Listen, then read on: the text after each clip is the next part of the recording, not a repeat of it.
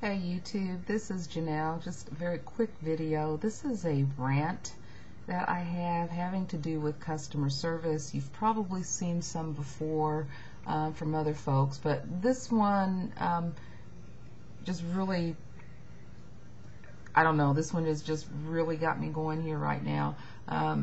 Long story short, I had to attend a funeral this weekend in Ohio, out of state.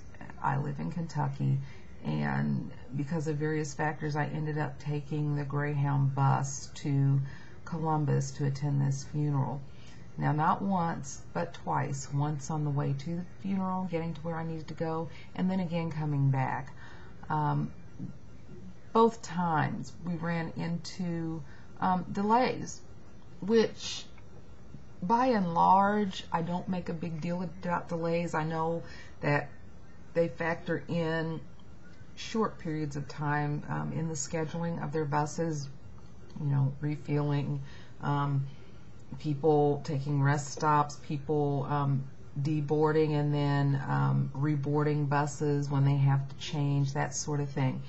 But these delays were excessively long. The one going to Columbus, the delay was so long that I was more than 2.5 hours late getting into my destination city going. Coming back, I was more than 4 hours late getting in back home.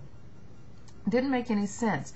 Neither time was customer service very helpful in terms of providing information regarding why we were being delayed and what we were being late. Basically, the folks that were to make these connections were kind of left in the dark, sitting in the bus station, wondering, when the hell are we going to get out of here and continue upon our journey?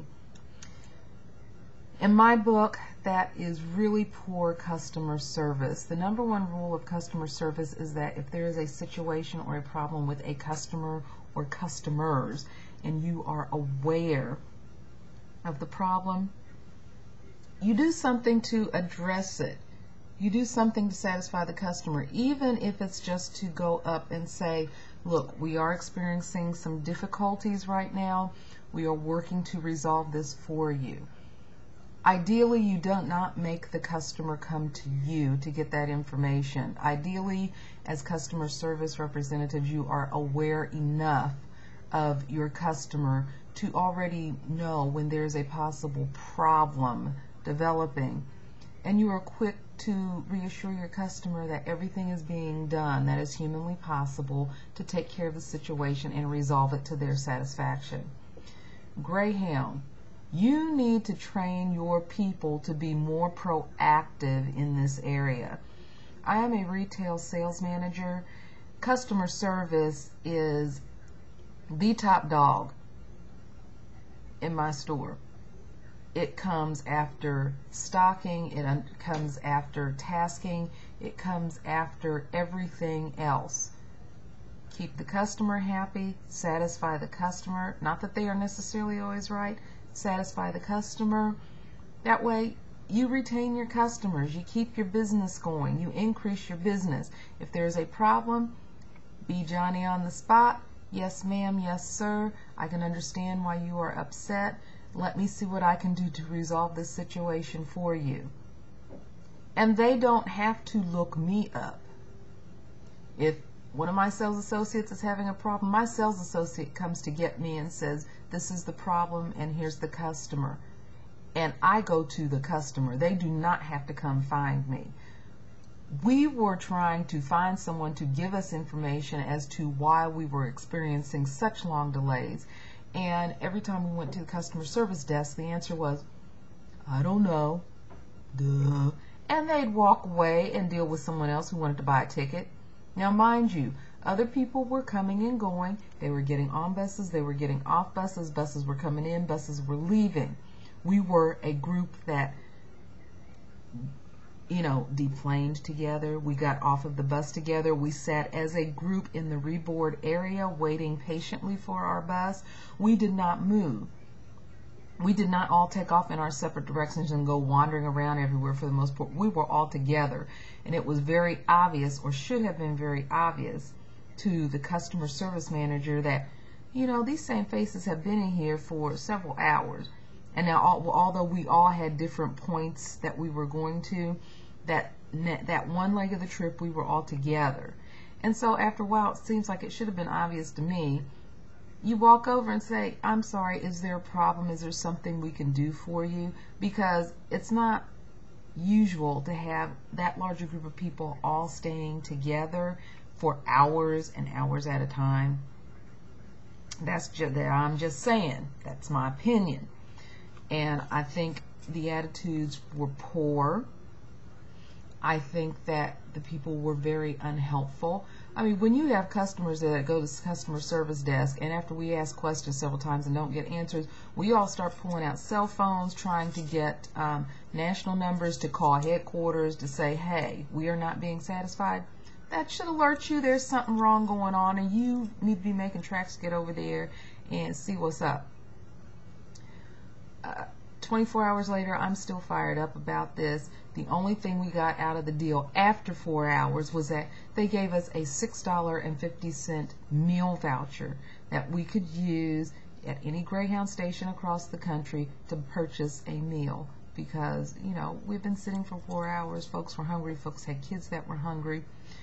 The thing about the vouchers, though, they were good for 24 hours. And when I got to my destination, the little vendor portion, the little restaurant, was closed. We couldn't even use the voucher. And I was not about to leave my place of employment today and go all the way downtown to use this little $6.50 voucher to get a little sandwich and some fries, or a sandwich and a Coke, or something like that. I'd spend up more in gas going there and coming back than what it was worth. I'm saying I want my money back, because I can understand a delay like that happening once, but twice, and it was worse the second time. And, you know, the apologies we got didn't even sound sincere to me. It was just a formulary thing to do, and no attempt was made, no real attempt that I could see was made to really proactively resolve the situation. Damn straight I want my money back. And you know what?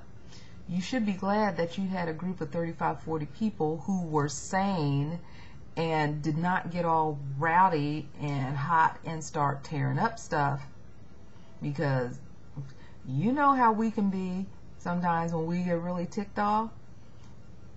Get loud and get ugly in a minute. We had a TV crew come down there. We were interviewed and we were filmed, and we were on Cincinnati's 11 o'clock news. Okay? That's what I'm talking about. Ugly. And it could have been much uglier, except you had some folks there that were trying to remain sane and professional through the whole thing. Anyway, Greyhound, your customer service sucks.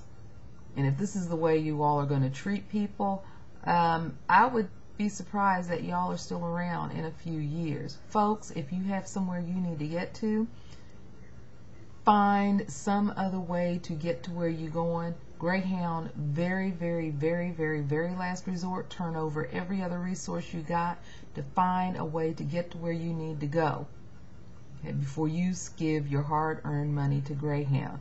Because from what I could tell, and I have taken Greyhound before, this isn't my first time, but this is probably going to be my last time because this experience was so bad.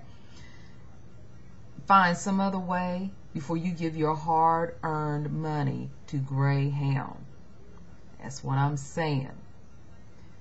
That's all I had to say. I had to get that off my chest. I hope you all have a blessed evening, and I will come back